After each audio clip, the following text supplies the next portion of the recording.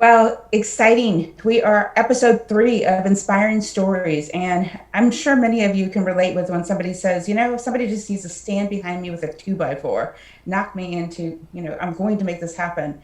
And that's exactly why we chose today's story about how we got hit by a baseball bat. And I know, Cliff, you've got an amazing story to share about that.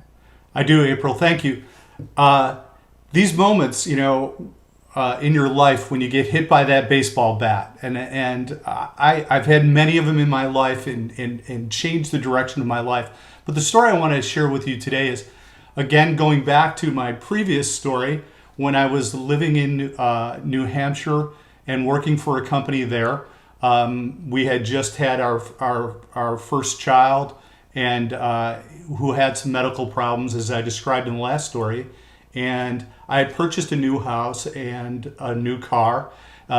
Plenty of things going on at that particular time. And it was still a great moment in my life, a super moment in my life. But things had started to go wrong. Now my wife could no longer work, and she had a nice job before that. And I was starting to feel the pressure of that one income house, one income family with a mortgage payment, a large mortgage payment, a new car payment, and literally I knew that I wasn't making enough money to make the ends meet. I knew that was happening. And I was in the office one day and I was commiserating with one of my fellow employees, a gentleman by the name of Jack Fievel. I'll never forget this conversation with this man.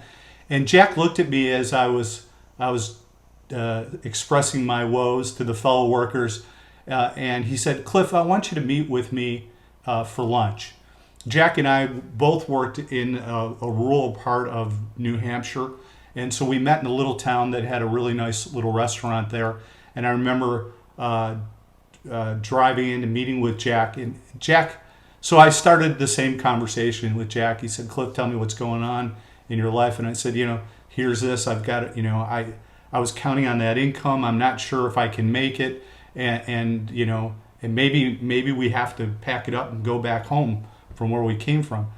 And I'll never forget Jack looking at me, and he said, "Cliff, grow up." And I was shocked because I did not expect that comment coming from Jack. And I'm sure Jack saw the surprised look in my face, and he knew it was coming.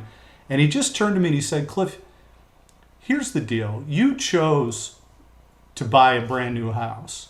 You chose to buy buy a new car. You chose to have a child, and you chose to have your wife stop working." And he said, "It's now your responsibility.